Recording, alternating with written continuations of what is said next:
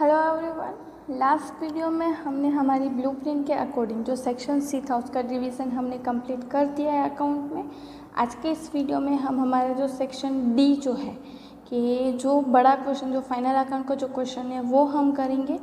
यहाँ पे final account के सम में हमें करवाऊँ उससे ज़्यादा आपको आपकी प्रैक्टिस रखनी पड़ेगी, क्योंकि जितनी ज़्यादा आप प्रैक्टिस करोगे उतना ही ज़्यादा आपके लिए अच्छा होगा। सो हम फाइनल अकाउंट की प्रैक्टिस जो है फाइनल अकाउंट का जो सम है वो स्टार्ट करते हैं।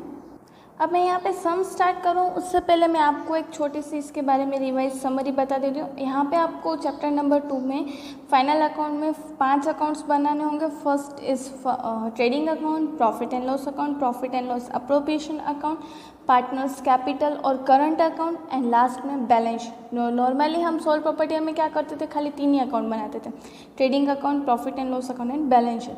अब यहाँ पे हमें कितने अकाउंट्स बनाने होंगे, 5 अकाउंट्स जो हैं वो trading account, profit and loss account, profit and loss appropriation account, partners capital और करंट अकाउंट एंड लास्ट में हम बनाएंगे बैलेंस शीट। अब आपको पता ही होगा ट्रेडिंग अकाउंट में हम कौन सी एंट्रीज करते हैं, परचेस रिलेटेड ट्रांजैक्शंस की।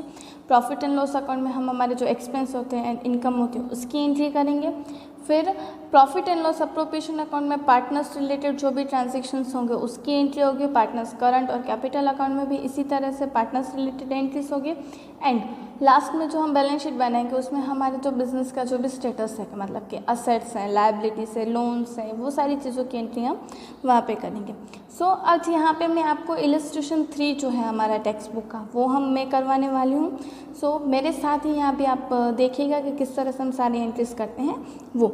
अब यहाँ पे हमें इलस्ट्रेशन 3 में क्या दिया हुआ है, trial balance of partnership firm of Yash and Jas on 31 March 2017 is as follow. Trial balance of partnership firm of Yash and Jas. अब यहाँ पे आपको ट्रायल बैलेंस दिया हुआ है, यहाँ पे आपको उसकी एडजस्टमेंट्स दी गई और आपको यहाँ पे क्या लिखा है, prepare annual account for the partnership firm. अब यहाँ पे एनुअल अकाउंट बनाने तो मतलब कि यहाँ पे कौन से अकाउंट्स आपको बनाने होंगे, trading account, profit and loss account, profit and loss appropriation account, partners capital account and balance sheet. तो अब यहाँ पे मैं आपको बता दूँ कि जब भी हम सम स्टार्ट करेंगे सबसे पहले हम क्या करेंगे, हमारी एडजस्टमेंट्स जो होती है उसको सॉल्व करेंगे। तो अब यहाँ पे आपको हमारी फर्स्ट एडजस्टमेंट क्या दी गई है, interest eight 5% capital and 10% drawing for 6 month. अब यहाँ पे हमें इंटरेस्ट जो है वो पेमेंट करना है किसके ऊपर, कैपिटल के ऊपर एंड ड्राइंग के ऊपर, पर कितने महीने का, 6 महीने का। अब यहाँ पे इंटरेस्ट जो है वो पार्टनर्स कैपिटल में होगी तो उसकी एंट्री कहाँ पे करेंगे, पार्टनर्स कैपिटल और करंट अकाउंट में credit side and profit and loss appropriation account में डेबिट साइड। अब उसकी एंट्री करें सबसे पहले हम क्या करते हैं, यहाँ पे कैपिटल की एंट्री करते हैं। यश की कितनी है 50,000 एंड जश की कितनी है 40,000, तो उसकी एंट्री हम करते हैं यहाँ पे पार्टनर्स करंट अकाउंट में। ये हमने लिखा 1 अप्रैल 2016।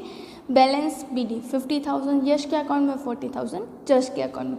अब उनके ऊपर क्या किया हुआ है कि हमें कितना % इंटरेस्ट जो है वो कैलकुलेट करना है। यहाँ पे हमें 5% इंटरेस्ट जो है वो जश की कैपिटल के ऊपर कैलकुलेट करना है। तो यश एंड जस की तो 50,000 के 5% करूँगी तो कितना आएगा 2,500 और 40,000 के 5% करेंगे तो कितना आएगा 2,000। इसकी एंट्री यहाँ पे की और सेकेंड एंट्री कहाँ पे है कि profit and loss appropriation account में डेबिट साइड। यहाँ पे हमने लिखा interest on capital account, Yash 2,500 and just 2,000 rupees और टोटल आउटर कॉलम में 4,500। और उसके बाद क्या लिखा हुआ है कि 10% इंटरेस्ट ऑन ड्राइंग, और वो कितना होना है 6 मंथ का जो। अब 8,000 के मैं 10% करूँगी तो कितना आएगा 800, पर यहाँ पे मुझे 6 मंथ का करना है तो मतलब कितना आएगा इंटू 6 डिवाइड बाय 12।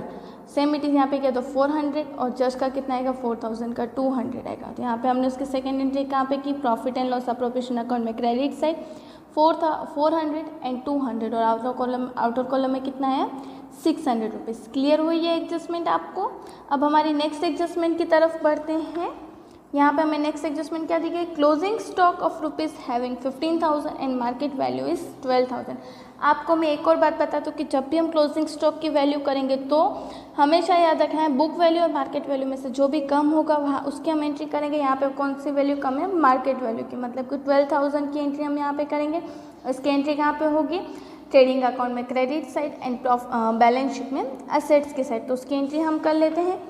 यहाँ पे हमने लिखा ट्रेडिंग अकाउंट में बाय क्लोजिंग स्टॉक रुपीज़ है 12,000 एंड बैलेंस शीट में हमने यहाँ पे लिखा है, कहाँ हमारी बैलेंस शीट में हमने लिखा असेट्स की side under the heading of current assets हमारा आया 12,000। क्लियर हुआ ये। उसके बाद हमारी नेक्स्ट एडजस्टमेंट है आउटस्टैंडिंग स्टेशनरी एक्सपेंस ऑफ ₹500। हमेशा याद रखना है outstanding expense it's a liability for us, इसलिए उसकी एंट्री हम कहाँ पे करेंगे, सबसे पहले प्रॉफिट एंड लॉस अकाउंट में से एक्सपेंस में प्लस करेंगे और बैलेंस शीट में लायबिलिटी साइड एंट्री करेंगे। तो हम पहले देख लेते हैं प्रॉफिट एंड लॉस अकाउंट में हमने यहाँ पे लिखा स्टेशनरी एक्सपेंस, आपको ट्रायल बैलेंस में दिए गए ₹800 प्लस आउटस्टैंडिंग कितना आएगा 500। आउटर कॉलम में कितना है 1300 और outstanding expense is a liability for us, इसलिए उसकी एंट्री हमने कहाँ पे की है, ये रही यहाँ पे बैलेंस शीट में liability side outstanding stationery expense, यहाँ पे एंट्री की। क्लियर हुआ आपको। उसके बाद हमारी नेक्स्ट एडजस्टमेंट दी गई है प्रीपेड वेजेस ऑफ ₹400। अब यहाँ पे हमने क्या किया, प्रीपेड वेजेस जो है वो हमने यहाँ पे ₹400 पहले से पेमेंट कर दिया। तो हमेशा याद रखना है प्रीपेड एक्सपेंस जो है वो जो एक्सपेंस जो है वो हमारे लिए असेट्स है, क्योंकि हमने पहले से ही पेमेंट कर दिया है।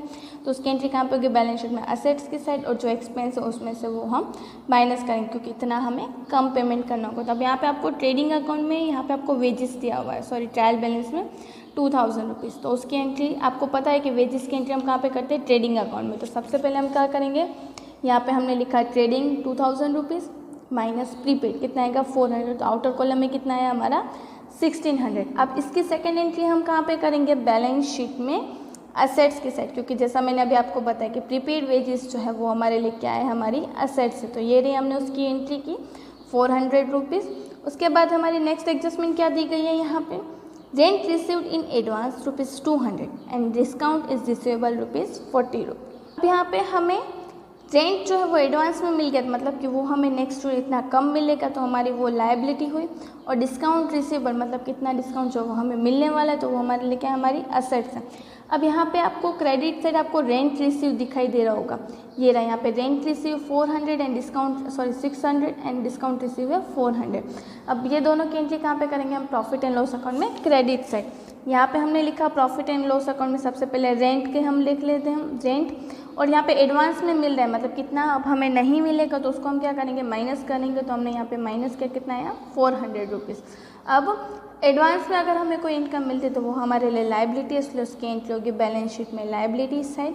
हमने यहाँ पे लिखा रेंट रिसीव्ड इन एडवांस, और उसके बाद यहाँ पे लिखा था कि डिस्काउंट इज़ ₹40 रिसीवेबल। अब यहाँ पे डिस्काउंट जो वो हमें मिलने वाला है 400 प्लस आउटस्टैंडिंग 40, मतलब कि मिलने वाला है। तो हमने यहाँ पे टोटल कितना है 440। और हमेशा याद रखना है कि अगर रिसीवेबल इनकम जो है वो हमारे लिए हमारी असेट्स, इसलिए उसकी एंट्री हम कहाँ पे करेंगे, बैलेंस शीट में असेट्स की साइड। यहाँ पे हमने लिखा डिस्काउंट रिसीवेबल ₹40। उसके बाद हमारी नेक्स्ट एडजस्टमेंट यहाँ पे है from the debtors write off ₹1000 as bad डेप्ट, 5% बैड डेप्ट reserve and 2% discount reserve on debtors. हमें यहाँ पे इस तरह से करना है, आपको पता है बैड डेप्ट हमारे लिए नुकसान है, इसलिए उसके कारण क्या होगा, हमारे डेप्टर्स जो हैं वो कम हो जाएंगे। डेप्टर्स की एंट्री हम कहाँ पे करते हैं, बैलेंस शीट में लायबिलिटी असेट्स के साइड करते हैं। तो सबसे पहले हम ट्रेडिंग अकाउंट में ट्रायल बैलेंस में हम देख लेते हैं हमारे पास डेप्टर्स कितने दिए गए, यहाँ पे कस्टमर लिखा हुआ है, मतलब कि वो हमारे लिए हमारे डेप्टर्स है। तो उसकी एंट्री हम कर देते हैं बैलेंस शीट में। यहाँ पे हमने लिखा असेट्स की साइड कस्टमर्स 29,000 माइनस ₹1,000 हमें बैड डेप्ट कंसीडर करना है, तो वो हमने किया 28,000 है। अब उसके 5% हमें बैड डेप्ट रिजर्व करना है, तो यहाँ पे 28,000 के 5% करेंगे तो कितना आएगा 1,400, वो हमने माइनस किया, तो हमारा आंसर कितना है 26,600। अब उसमें भी हमें क्या करना है 2% डिस्काउंट रिजर्व जो है वो करना है। 26,600 के अगर 2% करेंगे तो हमारा आंसर कितना आएगा 532। अब ये सारी चीज़ें हमने माइनस की, तो आंसर कितना है 26,068 अब इसकी सेकेंड एंट्री कहाँ पे होगी, प्रॉफिट एंड लॉस अकाउंट में डेबिट साइड। यहाँ पे हमने लिखा है under the heading of other expense and loss. अब ये फॉर्मेट है यहाँ पे कि सबसे पहले हम बैड डेप्ट हमें जो पुरानी दी गई है वो, उसके बाद प्लस जो हमने एडजस्टमेंट के बाद हमने जो बैड डेप्ट यहाँ पे कंसीडर किया है वो ₹1,000 प्लस बैड डेप्ट रिजर्व जो हमने 1,400 यहाँ पे डेप्टर्स में से किया वो प्लस करेंगे। इन तीनों का प्लस करके जो आंसर है उसमें से हमने बैड डेप्ट रिजर्व जो हमने पहले कंसीडर किया था लास्ट ईयर का वो हम क्या करेंगे माइनस करेंगे। तो यहाँ पे आंसर हमारे कितना है ₹800। और डिस्काउंट रिजर्व जो है वो कहाँ पे प्लस होगा, डिस्काउंट में प्लस होगा। तो डिस्काउंट आपको दिया हुआ है 1,400 प्लस हमने डिस्काउंट रिजर्व किया 532, हमारा आंसर कितना है 1,932।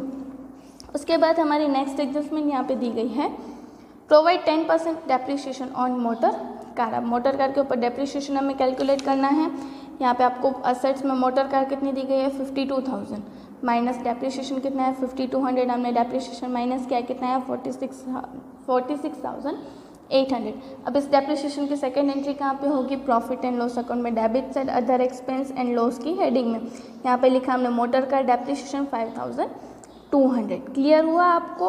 अब उसके बाद हमारी एक और एडजस्टमेंट, अब यहाँ पे एडजस्टमेंट क्या दी गई है, goods of ₹2000 destroy by fire, insurance company has claim ₹80%। अब यहाँ पे इंश्योरेंस हमारा गुड्स कितने का चल गया है 2000 रुपीज़ का, उसमें से 80% जो है वो हमें इंश्योरेंस कंपनी दे रही है, तो बाकी का 20% तो हमें क्या हुआ, नुकसान हुआ। तो अब यहाँ पे हम किस तरह एंट्री किस तरह से करेंगे, ये जो 2000 है वो हमारा गुड्स चला गया, मतलब कि वो हमारा गुड्स जो है वो हम परचेस में से माइनस करेंगे।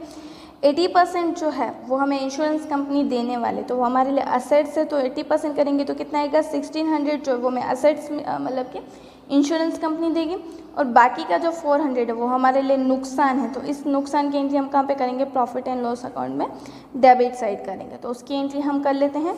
सबसे पहले हम 2000 वाली एंट्री करते, तो यहाँ पे हमने परचेस लिखा, आपको यहाँ पे ट्रेडिंग अकाउंट ट्रायल बैलेंस में आपको परचेस दिया होगा 1,30,800, उसमें से माइनस मैंने किया परचेस रिटर्न 2800, तो हमारा आंसर आया 1,28,000। अब उसमें से यहाँ पे आपको यहाँ पे पर्सनल विड्रॉ तो वो हम बाद में करेंगे। सबसे पहले यहाँ पे हमने गुड्स डिस्ट्रॉय बाय फायर कितना है 2000 रुपीज़, वो हम परचेस में से माइनस कर देंगे, और उसके बाद 400 रुपीज़ जो है वो हमें नुकसान हुआ है, जैसा मैंने अभी आपको आगे एडजस्टमेंट में से बताया, अभी मैंने आपको एक्सप्लेन किया।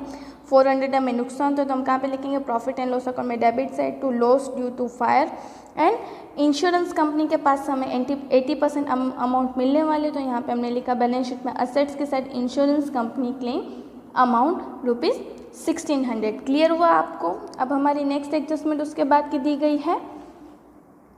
अब वो एडजस्टमेंट करें उससे पहले आपको फिर से ये एडजस्टमेंट में रिवाइज करवा देती हूँ। यहाँ पे क्या किया गया था कि हमें 2000 रुपीज़ का गुड्स जो है वो हमारा डिस्ट्रॉय हो गया है, उसमें से हमें 80% मिलने वाला, तो उसको हमने क्या बैलेंस शीट में असेट्स की साइड हमने उसकी एंट्री की, और बाकी का जो 400 का नुकसान हुआ उसको हमने कहाँ पे बताया, प्रॉफिट एंड लॉस अकाउंट में डेबिट साइड। लास्ट एडजस्टमेंट है 10% कमीशन इज पेबल टू जज from the profit after deduction of commission from profit.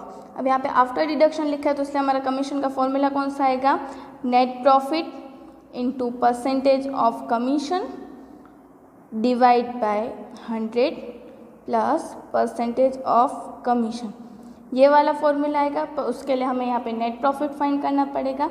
अब यहाँ पे हमने एडजस्टमेंट तो सॉल्व कर दिया, उसके बाद हमें यहाँ पे ट्रायल बैलेंस में जो एंट्री दी गई है वो हम करेंगे, उसके बाद ही हम जो हमारा नेट प्रॉफिट है वो फाइंड कर पाएंगे।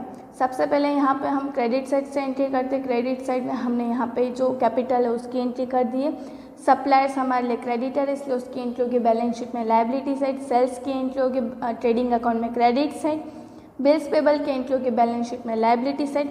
इंटरेस्ट ऑन इन्वेस्टमेंट वो हमारे लिए इनकम है, इसलिए उसकी एंट्री होगी प्रॉफिट एंड लॉस अकाउंट में क्रेडिट साइड। बैंक ओवरड्राफ्ट हमारे लिए एक्सपेंस मतलब कि एक लायबिलिटी है, इसलिए उसकी एंट्री होगी बैलेंस शीट में लायबिलिटी साइड। गुड्स रिटर्न यहाँ पे मतलब ये परचेस रिटर्न, तो वो हम परचेस में से हमने पहले से ही माइनस कर दिया। रेंट रिसीव डिस्काउंट रिसीव की एंट्री हो गई है, बैड डेब्ट की एंट्री हो गई है। यहाँ पे goods withdraw for personal use जो हमने आगे देखा था वो ट्रेडिंग अकाउंट में से क्या करेंगे, हम माइनस कर देंगे। आउटस्टैंडिंग वेजेस जो है वो हमारे लायबिलिटी है, इसलिए उसके एंट्री की बैलेंस शीट में लायबिलिटी साइड। ये हमने क्रेडिट साइड कर दिया। अब हम डेबिट साइड देखते हैं। ड्राइंग की एंट्री हमने कर दी है। स्टॉक ओपनिंग स्टॉक, इसलिए उसकी एंट्री होगी ट्रेडिंग अकाउंट में डेबिट साइड। कस्टमर की एंट्री कर दी है। परचेस की एंट्री हमने कर दी है। वेजेस की एंट्री कर दी है। बिल्स रिसीवेबल, बिल्स रिसीवेबल हमारे असेट्स, इसलिए उसकी एंट्री होगी बैलेंस शीट में असेट्स की साइड।